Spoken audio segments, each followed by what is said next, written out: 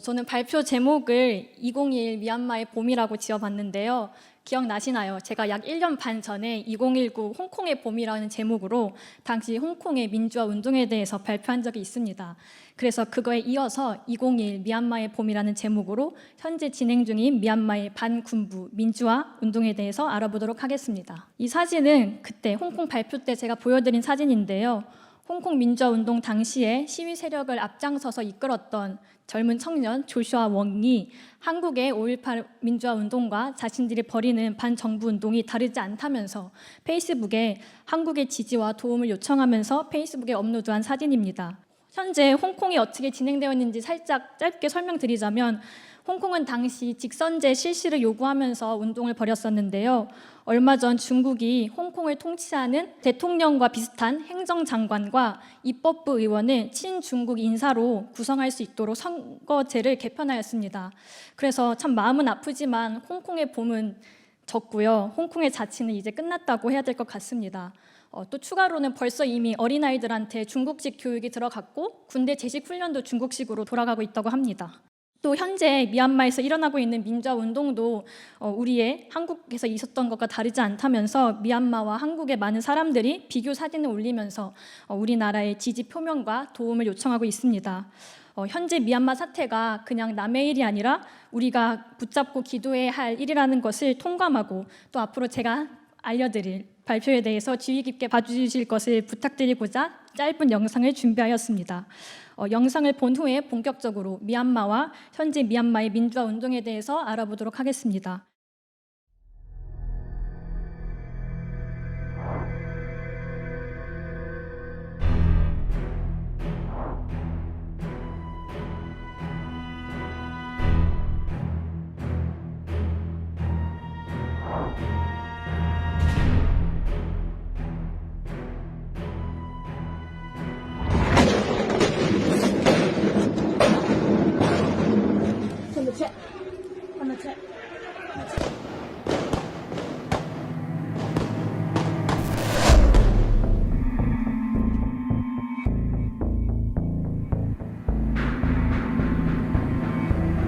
미얀마 군경이 제2도시 만달레이에서 쿠데타 반대 시위대 해산에 나섰습니다.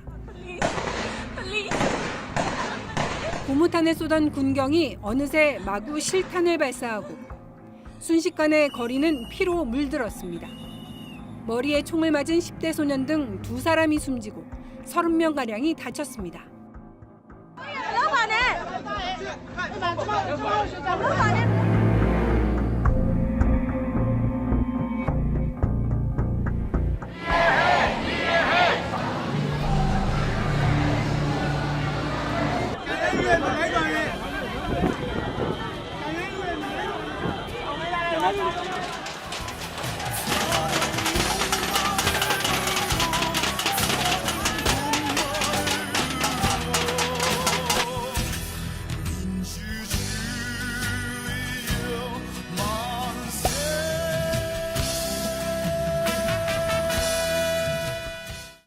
잘 보셨나요?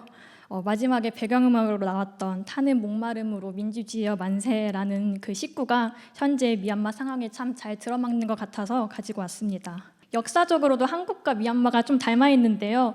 미얀마 역사에 대해서 자세히 살펴보기 전에 먼저 한국과 미얀마의 독립 이후를 살짝 비교해 보도록 하겠습니다. 한국은 1945년 독립 후에 61년 박정희에 의해서 군부 쿠데타가 일어났고 미얀마는 48년 독립 후에 62년 쿠데타가 일어났습니다.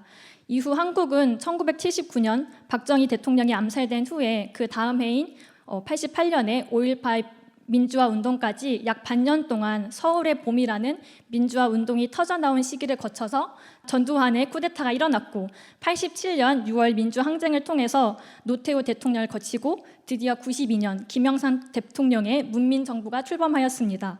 그 이후로는 쭉 민주정권이 이어지고 있죠. 근데 미얀마의 경우에는 88년과 2007년 두 차례 민주화 운동이 일어났지만 모두 진압되었고 2015년 처음으로 문민정부가 들어섰지만 현재 약 5년 만에 다시 군부 쿠데타가 일어난 실정입니다. 네, 이제 미얀마에 조금 더 관심이 생기셨겠죠? 네, 그러면 이제 미얀마의 역사에 대해서 알아보겠습니다. 먼저 독립 이전의 미얀마입니다. 미얀마는 1886년에 영국의 식민지가 되었습니다. 2차 세계대전 발발 후에 미얀마의 국민 영웅이자 아웅산 수치의 아버지인 아웅산 장군, 우리나라의 김구 같은 사람이라고 합니다. 아웅산 장군을 비롯한 독립무용군은 일본의 지원을 받아서 독립운동을 진행했습니다. 그 결과로 영국은 미얀마 땅에서 철수하였고 독립군은 1942년 3월 수도 양곤을 점령하였습니다. 하지만 이것을 독립이라고 말할 수는 없는데요. 왜냐하면 일본이 괴뢰국, 그러니까 꼭두각시 정부를 세워서 미얀마를 지배했기 때문입니다. 이후에 일본이 세계대전 항복선언 후에 미얀마로 재진격한 영국과 1947년 1월 런던에서 미얀마의 독립 기반을 형성하는 합의가 타결되었고 여러 과정을 거쳐서 드디어 48년 1월 4일 영국으로부터 미얀마, 당시 이름으로는 버마 연방의 독립이 이루어졌습니다. 미얀마는 식민지 지배 국가였던 영국의 영향을 받아서 의회 민주주의 정부 형태를 택하였습니다. 그리고 경제 체제로는 사회주의를 택하였는데요. 이것은 식민지 억압을 자행했던 영국과 같은 국가들의 제국주의 정책과 자본주의는 다르지 않다, 같은 노선이다라는 그런 독립운동가들, 민족주의자들의 영향을 받은 것이 있고 86년부터 영국의 식민지라고 했잖아요. 그래서 오랜 수탈과 전쟁으로 무너진 경제를 회복하기 위해서는 국가가 모든 것을 관리하는 계획경제가 미얀마에 딱 맞다고 생각했기 때문입니다. 하지만 독립의 기쁨도 잠시 미얀마는 긴 내전으로 인해서 아주 혼란한 전국을 맞았습니다. 아까 김입세 선교사님께서 미얀마는 인증된 것만 135개의 민족으로 구성되어 있고 민족 간의 분쟁이 아주 많다고 말씀해 주셨는데요. 독립 이후부터 소수 민족들과 공산당 세력이 분리 독립을 요구하면서 계속 게릴라전을 벌이면서 반란을 일으켰습니다. 또 의회가 중심이 되어서 나라 살림을 운영하는 의원 내각제는 수많은 민족으로 구성된 미얀마에게는 잘 맞지 않는 옷이었습니다. 각 민족들은 자기 민족의 이익을 최대한 대변하는 의원을 뽑을 것이고 그렇게 선출된 의원들은 각기 다른 목소리를 내기 때문에 일관된, 하나된, 통일된 정책을 펼치기 어렵기 때문입니다. 또 뿐만 아니라 사회주의 또는 공산주의를 택했던 대부분의 국가들이 자본주의 경제 체제를 도입하게 되었잖아요. 그래서 미얀마 역시 사회주의 경제 정책이 효과를 내지 못했고 또 실패한 정부에 대한 비판의 목소리가 커졌습니다. 이렇게 사람들이 하나 되지 못하고 시끌시끌한 혼란한 나라 상황을 틈을 노리고 네윈 장군이란 사람이 1962년 3월 군대를 동원해서 쿠데타를 일으켰고 미얀마는 군정체제가 되었습니다. 네윈의 군부는 마르크스주의에 아까 버마인들이 대부분 믿는 불교라고 말씀드렸죠. 그 불교적인 요소를 혼합한 버마식 사회주의를 천명하였습니다. 이 사회주의 개혁의 핵심은 모든 것을 국유화하는 것이었는데요. 군부는 모든 사기업과 민간기업인의 재산을 몰수하고 민주적인 의사표현을 억압하였고 또 북한이나 중국처럼 일당 지배 체제만을 인정하였습니다. 이전에 시행한 사회주의 경제가 이미 실패했다고 말씀드렸잖아요. 버마식 사회주의 개혁 역시 미얀마에는 경기 침체와 마이너스 성장만을 가지고 왔습니다. 그래서 독립 초기에는 사실 한국보다도 잘 살 거라고 전망해 좋았던 미얀마였는데요.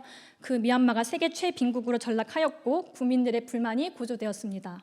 그러던 중 1987년 군부는 통용 지폐 회수를 단행합니다.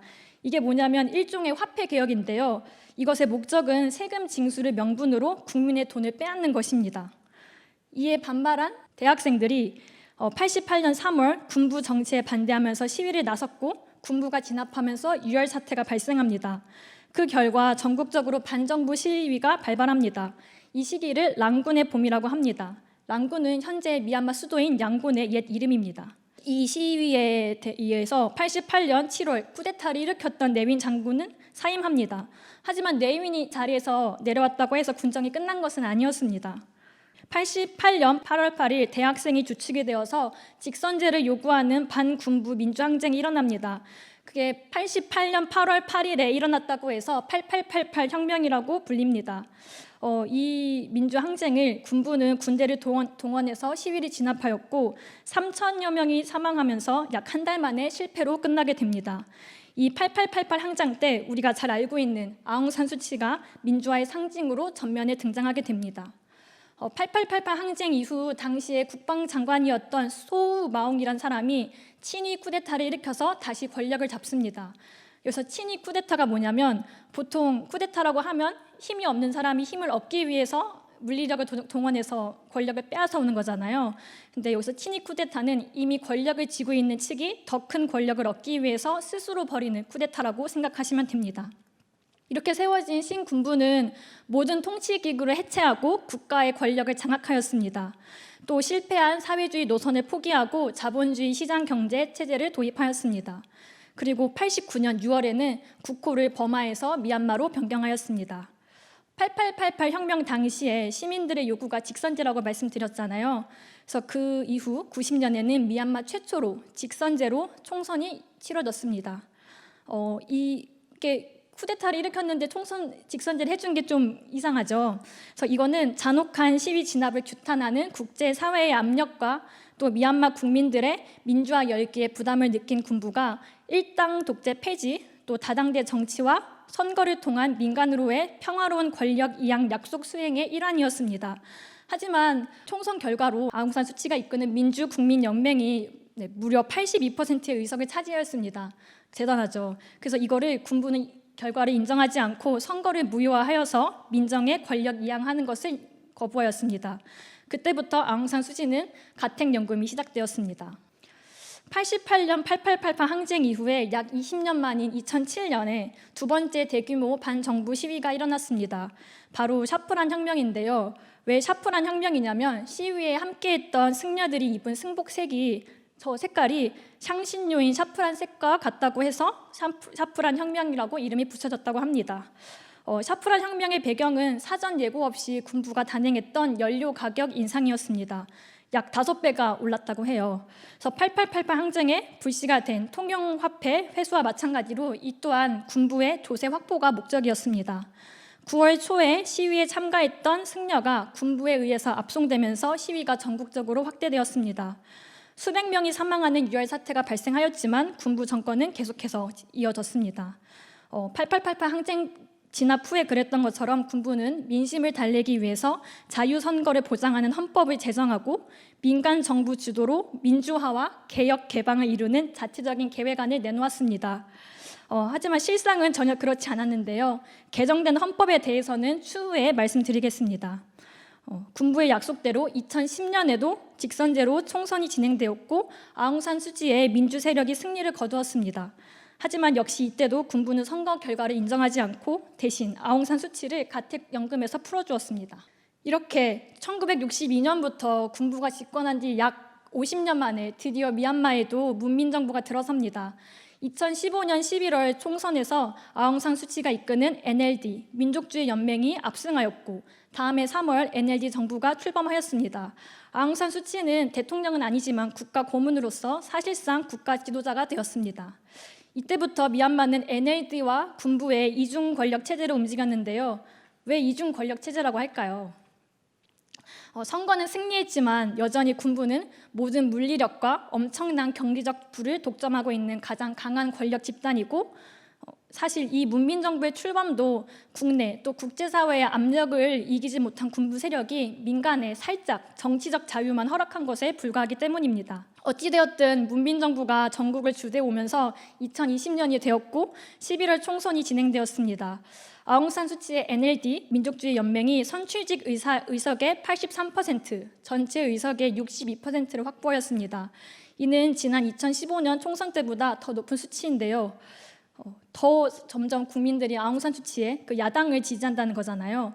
이는 의회에서 군부의 영향력이 크게 줄어들고 또 행정부 구성에도 군부의 입김이 줄어드는 결과를 초래할 수 있기 때문에 군부 입장에서는 굉장히 불편한 결과일 수밖에 없습니다. 그래서 군부는 지난 1월 26일 총선이 부정선거라고 주장하면서 항의하였습니다. 부정선거 조사를 요구하면서 뭐라고 말을 했냐면 우리는 헌법을 수호할 것이고 법에 따라 행동할 것이다 이렇게 얘기를 했는데요. 이것은 쿠데타 가능성을 시사하는 것입니다. 하지만 군부의 그런 부정선거 조사 요구는 받아들여지지 않았고 선거 결과를 받아들일 수 없었던 군부는 부정선거를 명분으로 2월 1일 군사 쿠데타를 일으켜서 1년간의 국가 비상사태를 선포하였습니다. 그래서 민 아흥 홀라잉 군 총사령관이 권력을 장악하였습니다. 아웅산 수지를 비롯한 민주 인사들은 다시 가택구금에 처해졌습니다. 미얀마 국민들은 이에 반발해서 평화 시위를 시작하였는데요. 현재까지 진행 양상은 다음과 같습니다. 비상사태가 선포된 다음 날인 2월 2일 수도 양곤에서 사람들이 차량 경적을 울리고 냄비를 두드리면서 쿠데타 항의 시위를 처음으로 벌였습니다. 이때 시민들은 비폭력 시위를 벌이면서 SNS를 통한 국제사회의 관심을 촉구하였고, 이에 군은 SNS를 차단했습니다. 2월 7일에는 양곤에서 10만여 명이 시위에 참여하였는데요. 샤프란 혁명 이후 최대 규모였습니다. 점차 시위는 전국적으로 또 전 계층적으로 확산되었는데요. 교사, 승려, 의료진, 변호사, 노동자 등 각 계층이 통파업을 선언하고 시위에 참여하였습니다. 군은 이에 대해서 시위대를 향해 물대포를 발사하면서 대응했고 5인 이상의 집회와 야간 통행을 금지하였습니다. 2월 9일 군은 시위 진압을 위해 고무탄을 발포하기 시작했고, 또 한편으로는 전투 경찰이 쏜 실탄에 맞아서 2명이 중태에 빠졌습니다. 이 중 한 사람의 연명 치료를 중단하면서 2월 13일 첫 희생자가 발생했습니다. 2월 20일에는 군경이 실탄을 발포해서 2명이 사망하고 최소 10명이 부상했다고 합니다. 그리고 26일 젊은 사람들을 중심으로 군부 관련 기업 제품 불매 운동이 시작되었습니다. 3월 3일에는 다들 뉴스로 많이들 접하셨을 텐데요. 치알신 또는 에인절, 천사라고 불리는 19살 소녀가 군경의 실탄에 맞아서 희생당했습니다. 이날 하루 동안 최소 34명이 사망하였고 300여 명이 체포되었다고 합니다. 3월 15일 문민정부는 군부에 맞설 무장단체 결집을 추진하기 시작했고, 다음 날 아웅산 수지 측 특사가 내전 가능성을 경고하였습니다. 미얀마는 독립 직후부터 분리 독립을 요구하는 소수민족들 간의 내전이 굉장히 많았다고 말씀드렸는데요. 국제사회의 강력한 조치가 없어서 이열 사태가 계속된다면 국민들은 스스로를 방어할 수밖에 없고, 시민들이 너무나 절박해지면 군부와의 갈등을 빚어온 많은 무장한 민족 단체들과 손을 잡게 될 것이고, 이는 결국에 다시 내전으로 이어질 것이다 라고 말하는 것이었습니다. 군경의 무차별한 진압에 시위대뿐만 아니라 많은 민간인들과 심지어 어린아이들도 많이 희생당하고 있습니다. 이틀 전인가 뉴스에서 나왔는데요. 무기가 있는지 확인한다면서 이제 군인들이 마을을 돌아다니면서 집을 수색했는데요. 그 군인들이 피해서 아빠 무릎에 앉아있던 7살 어린아이가 총에 맞아서 죽기도 했다고 합니다. 또 미얀마 시민단체인 정치범 지원협회에 따르면 3월 25일까지 벌써 320여 명의 사망자가 발생했고 3천여 명이 체포, 기소 또는 형을 선고받았다고 합니다. 이렇게 간략하게나마 미얀마의 역사와 민주화 운동에 대해서 알아보았는데요. 초반에 말씀드렸듯이 미얀마의 역사는 한국과 사뭇 닮아 있습니다. 근데 한국은 92년 이후에 더 이상 쿠데타 없이 평화롭게, 갈등은 있었지만 그래도 이런 식으로는 아니었잖아요. 평화롭게 정권이 이양되어 왔는데 미얀마는 왜 여전히 시달리고 있을까요? 많은 이유가 있겠지만 저는 크게 2가지를 말씀드리고 싶습니다. 우선 모든 물리력과 경제력을 독점하다시피 하고 있는 군부 세력이 너무나 막강합니다. 군대 조직이니까 물리적으로 강한 것은 다 아실 테고, 경제력에 대해서 이야기하자면 미얀마가 독립을 하고 사회주의를 택하고, 또 그 사회주의의 핵심이 국영화라고 말씀드렸잖아요. 독립한 이후로 군부는 지금까지 경제활동에 참여해 왔는데요. 군부가 국정을 운영하기 때문에 당연히 군인한테 국영화된 기업을 맡길 것이고, 사회주의 계획 경제 혜택은 군부 조직에게 돌아가는 것이 자명합니다. 예를 들어 현재 군 총사령관이 이번에 쿠데타를 일으킨 민 앙 홀라잉은 화면에 보이듯이 광업, 맥주, 담배, 의류, 금융, 통신기업, 이렇게 많은 기업을 운영하는 미얀마 경제 지주사의 회장직을 맡고 있으며, 그의 가족들도 의료, 건설, 호텔 관광, 도매업 등 다양한 분야의 기업을 운영하고 있습니다. 이렇게 군부 기업과 군부 출신 인사가 운영하는 기업은 세월이 흐르면서 미얀마의 거대한 경제 활동 주체, 아주 공고한 기득권 세력이 되었고, 그들이 벌어들이는 막대한 돈은 군 지도부에 흘러가서 부가 축적됩니다. 이렇게 막강한 군부를 더욱더 도운 것이 있는데, 아까 말씀드리지 않았던 2008년에 개정된 신헌법입니다. 자유선거를 보장한다는 신헌법에는 사실 군 권력을 유지하기 위한 내용이 들어있었습니다. 우선 내무, 국방, 경비 등 세계 치안 관련 부처의 수장을 군부가 맡음으로써 선거를 통해서 출범한 정부를 견제할 수 있게 되었습니다. 또 의석의 25%를 군부에 사전을 땅했는데요. 이게 뭐냐면 군부는 모든 선거 결과 한 곳에서도 이기지 못해도 전체 의석의 25%를 미리 확보하는 것입니다. 근데 헌법 개정에 필요한 의원 정족수가 75% 이상이기 때문에 군부의 동의 없이는 개헌이 절대로 불가능하게 만들었습니다. 마지막으로 국가 비상사태 상황에서 군 총사령관에게 행정, 입법, 사법의 모든 권력이 이양됩니다.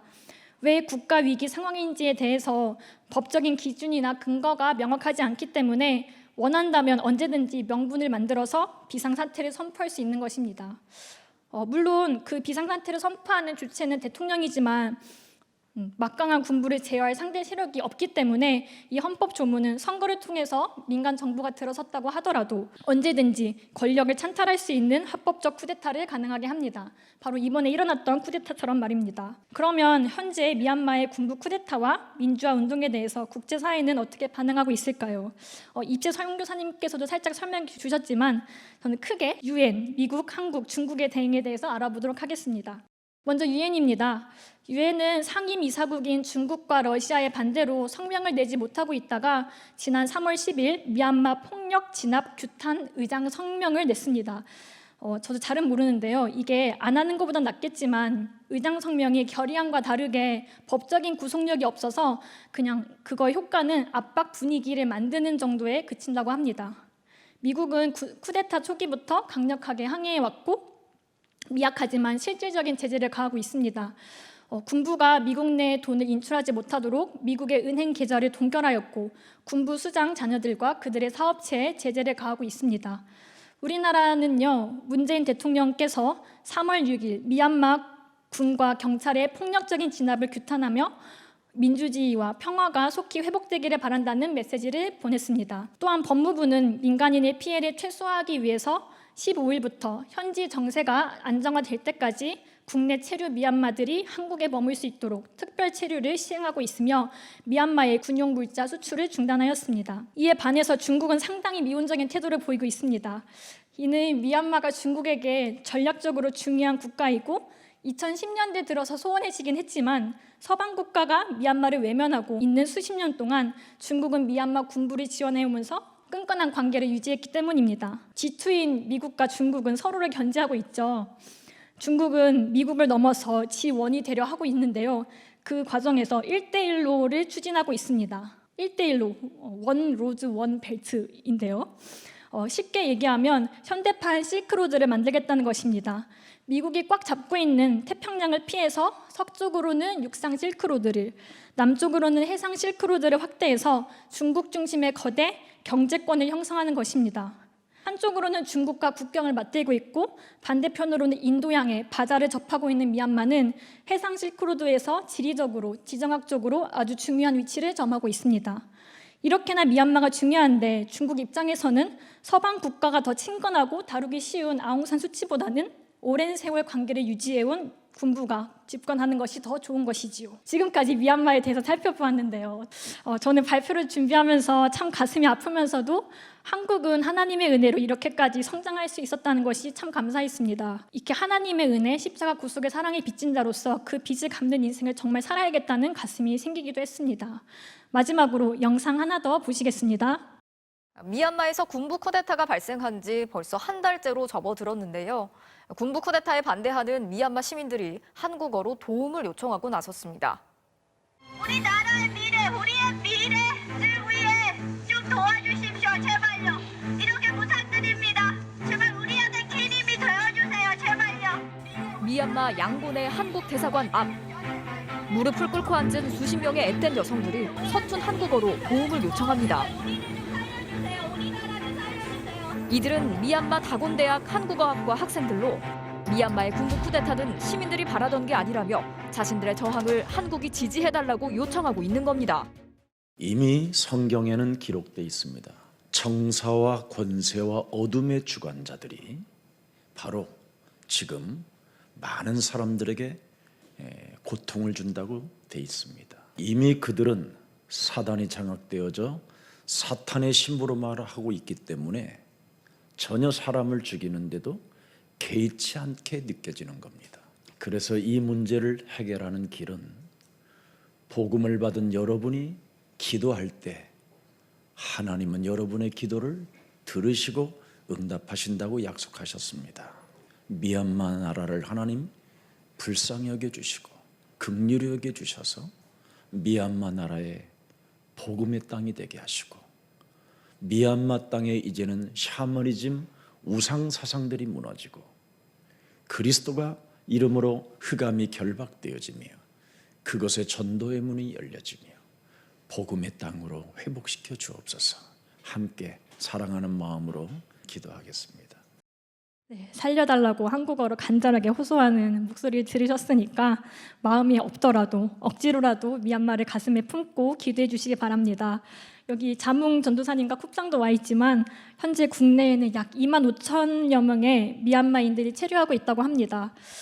그들 중에서 미얀마에 그리스도의 복음을 전달할 하나님께서 이미 예비하신 제자가 세워질 수 있도록, 그래서 사람의 힘으로는 절대 해결할 수 없는 아주 오랜 시간 동안 지속된 악의 순환고리가 끊어지고 미얀마가 복음의 땅으로 회복될 수 있도록 함께 기도해 주시기 바랍니다. 이것으로 발표를 마치겠습니다. 감사합니다.